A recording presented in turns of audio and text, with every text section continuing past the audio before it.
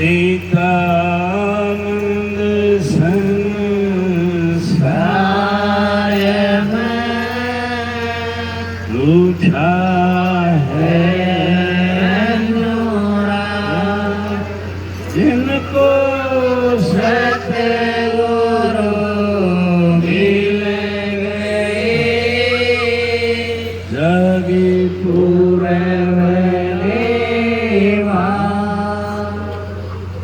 सतगुरु की प्यारी साथ संगत प्रेम से बोलिए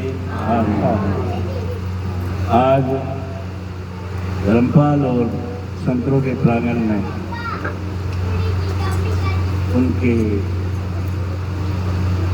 बेटे महानंद संघ सलोचना के स्तोत्र चरित और स्तोत्र प्रियांशी के जन्मदिन को उपलक्ष्य में यह सत्संग करवाया जा रहा है।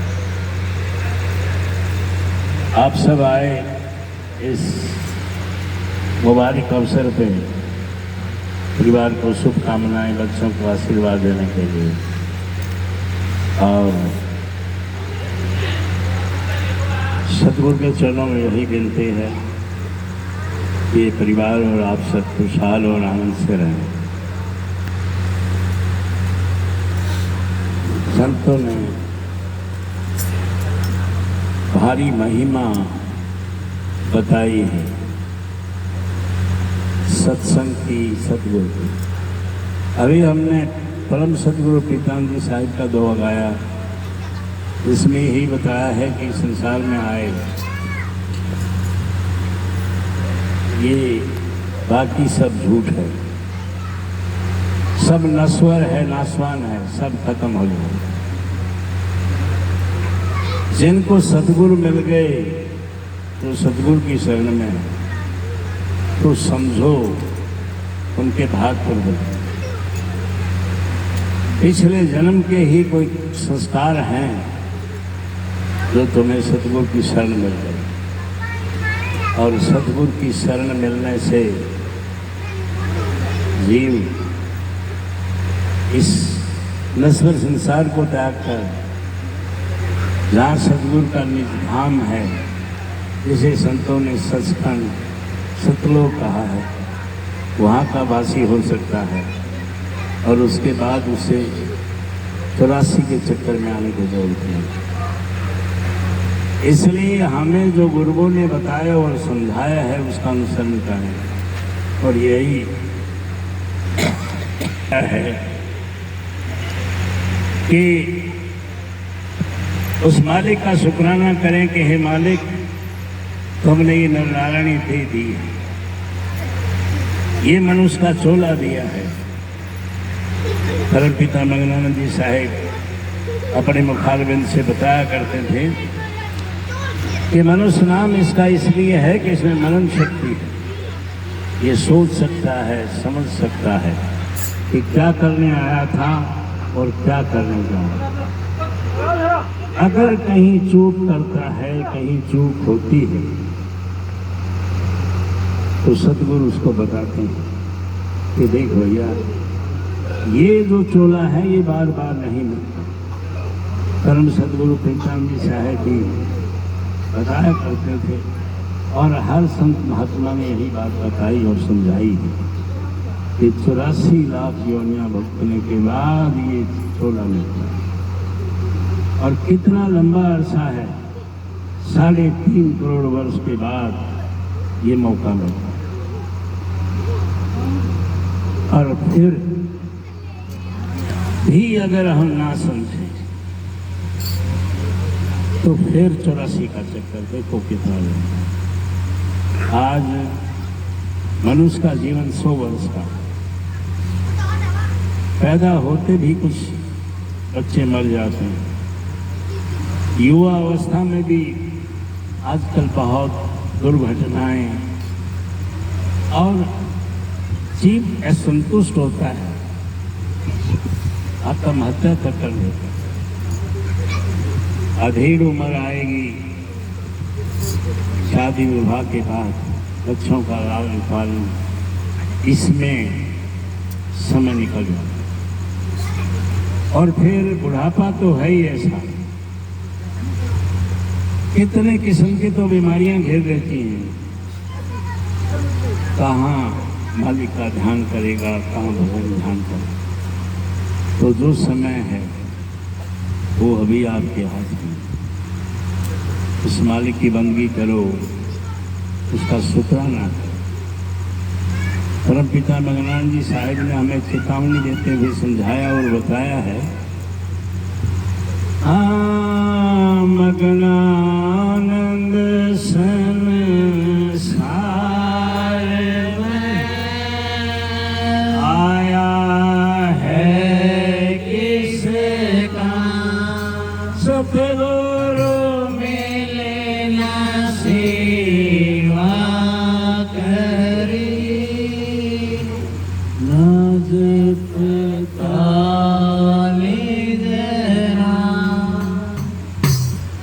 कि माने इस संसार में आए किस काम के लिए। अब मनुष्य है, सुबह से लेकर रात तक बस काम में लगा, चाहे वो किसान मजदूर है, कर्मचारी है, व्यापारी है, बस यही काम। अब ये काम तो पशु से भी करते हैं, खाना पीना सोना, लेकिन उनमें वो समझ नहीं है जो मनुष्य में। इसीलिए महात्मा जी ने कहा कि सतगुरु मिले ना सेवा करी, ना तो सतगुरु मिला ना सेवा करी, खाली नाम जपने से करें। और नाम हम जब आए इस संसार में तो हर कोई राम राम बोलता था, नहीं मालूम कि राम किसकी बात है। दादा परदादा राम राम आप करते रहे तो हम भी करते रहे। अब पता लगा कि राम दशरथ का बेटा था। दशरथ एक बहुत पराक्रमी राजा हुए। उनकी 4 संतानें थी, जिनमें राम सबसे बड़ा था। अच्छा इंसान बताया और है भी सामने, क्योंकि पिता के हुक्म से 14 वर्ष के वनवास में चला गया। संग सीता गई। एक पति होने के नाते खूब देख रेख थी। अब भाग की विडंबना कि रावण उसको उठा ले गया, क्योंकि लक्ष्मण ने उसकी बहन के नाक कान काट दिए बदले की भावना से। रावण एक बहुत पराक्रमी था, और सबसे बड़ी बात जवान था, धनवान था, विद्वान था। धनवान के माने कहते हैं उसकी लंका सोने की थी। आज तो कोई अगर कुछ ऑर्नामेंट्स बनवाना पड़ जाए तो बहुत जोर आता है आदमी को, और कहते हैं उसकी तो सारी लंका ही सोने की थी, सब कुछ वहाँ सोने का। तो इससे धनवान क्या हो सकता है। और विद्वान 4 वेद 6 शास्त्र पुराणों का ज्ञाता था। इससे ज्यादा विद्वान क्या हो सकता। लेकिन साथ में एक अवगुण था, अभिमान था, और अभिमान के चलते उसने न राम को राम समझा और अपने आप को सब कुछ समझा। और समय आया राम के हाथों वो गया। तो यही हम जानते थे कि राम, जिसे पुरुषोत्तम राम कहते हैं, और वो एक भगवान बन के अवतार जरूर है, लेकिन लोग उसको भगवान मानते। अब राम का चरित्र लिखने वाला गोस्वामी तुलसीदास, जिसने ये लिखा कि राम